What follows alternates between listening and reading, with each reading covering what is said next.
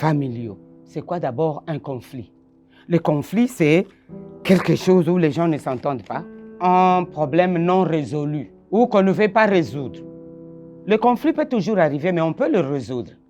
Alors, comment est-ce qu'on peut faire face à un conflit familial? D'abord, pourquoi il y a des conflits?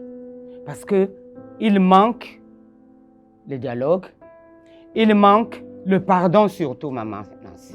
Quand il n'y a pas de pardon dans une famille, allez-y, donc là vous êtes parti pour les conflits, quoi. Parce que tout le monde a raison. La femme dit que moi j'ai raison, toi tu es toujours comme ça.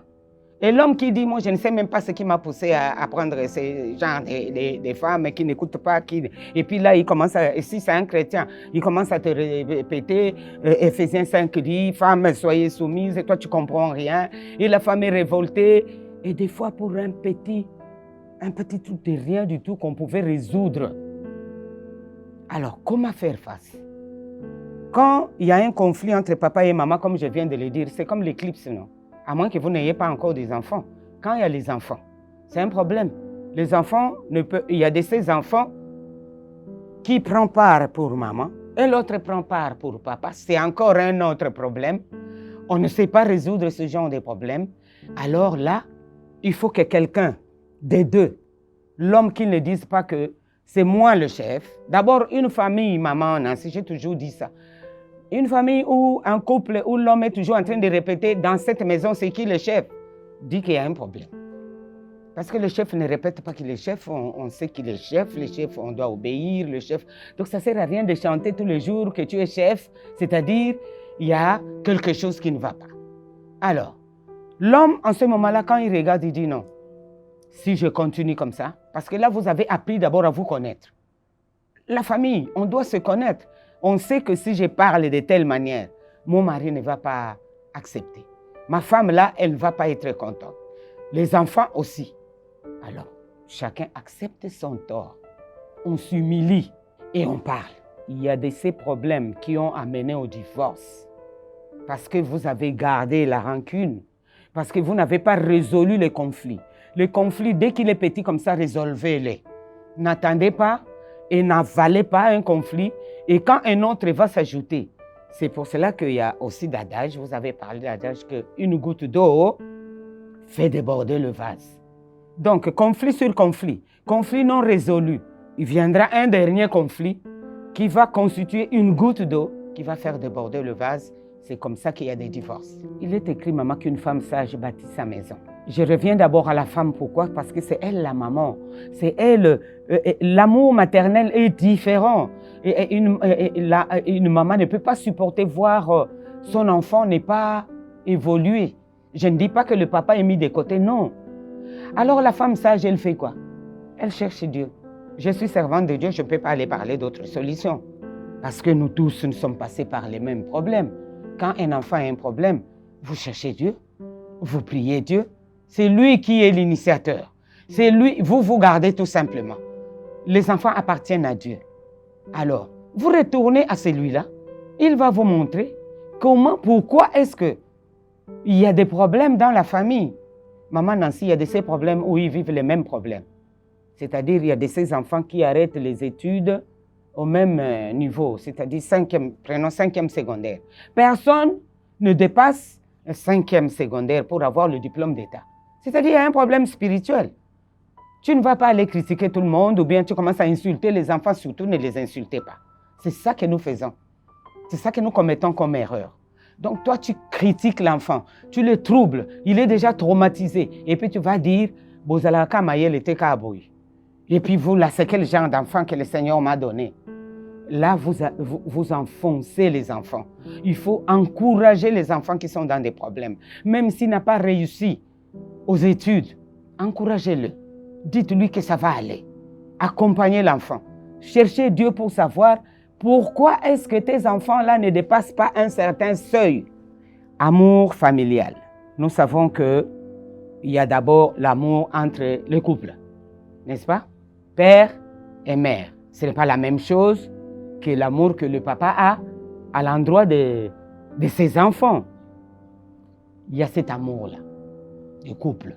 Nous pouvons ajouter, comme les Grecs disent, amour éros, où il y a, en plus de cet amour-là, il y a cet amour érotique où les gens peuvent se mettre ensemble au lit et faire les enfants. Il y a l'amour filial, l'amour des parents, des enfants, des parents, les parents qui aiment les enfants qui aiment leurs parents, c'est filial. Et puis il y a l'amour fratrie, où les frères et sœurs doivent s'accepter, doivent s'aimer. Il y a ces différents amours qui existent. Mais il y a un amour que nous devons à notre Père, l'amour agapé, comme on dit. C'est cet amour où on aime, comme là, je vous ai trouvé ici et nous nous sentons bien et vous pouvez vous m'aimer par exemple. Ah, la maman là, on l'aime bien, n'est-ce pas? C'est cet amour où on a envie de faire du bien. Et l'amour, nous aimons Dieu d'un amour agapé. Il nous aime d'un amour agapé. Et nous pouvons nous aimer comme ça parce que, comme la nation congolaise, c'est une famille aussi. Nous sommes une famille en RDC. Nous n'allons pas nous aimer de l'amour des parents quand même.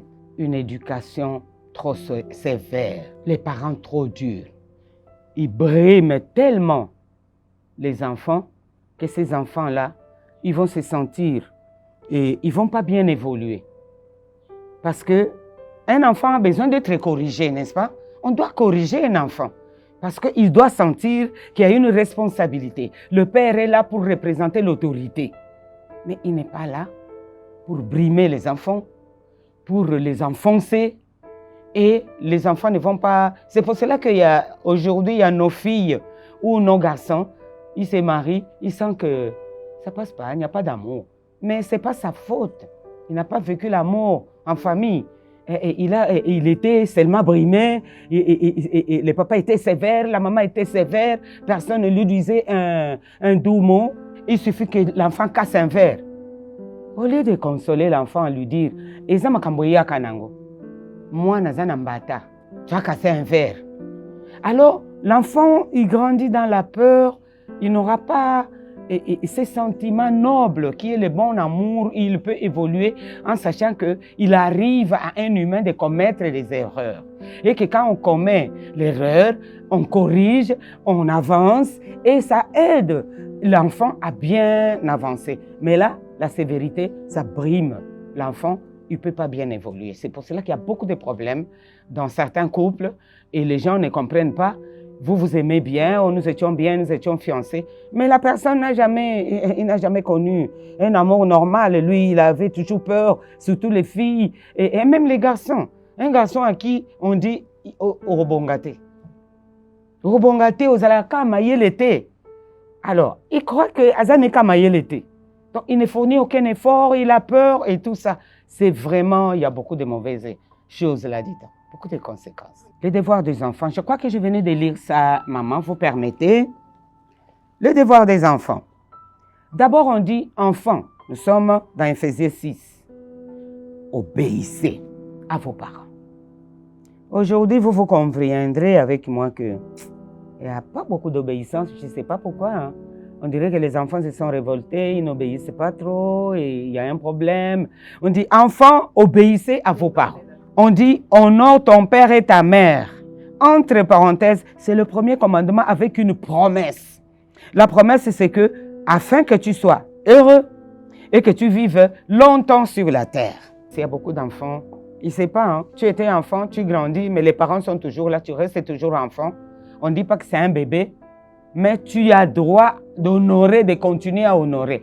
Ils vont me dire, il est sorcier, je vais l'honorer en quoi? Comment tu sais qu'il est sorcier? Il ne t'a pas bouffé quand tu étais enfant.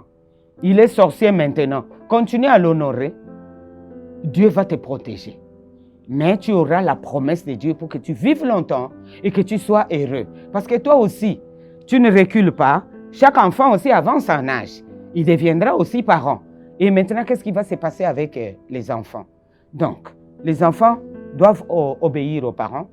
Ils doivent honorer les parents. Les enfants, les parents vieillissent. Il a travaillé, il s'est occupé de vous. Il a payé les études. Peut-être qu'il n'a même pas payé. Il y a de ses parents vraiment, un papa qui il est parti, il a laissé les enfants comme ça. L'enfant va dire, mais je vais m'occuper de lui, pourquoi? Continue à l'honorer. Dieu va te bénir. Viens en aide aux parents, ne les abandonnons pas. Il y a de ces enfants, depuis qu'ils sont partis, ils n'ont même pas appelé.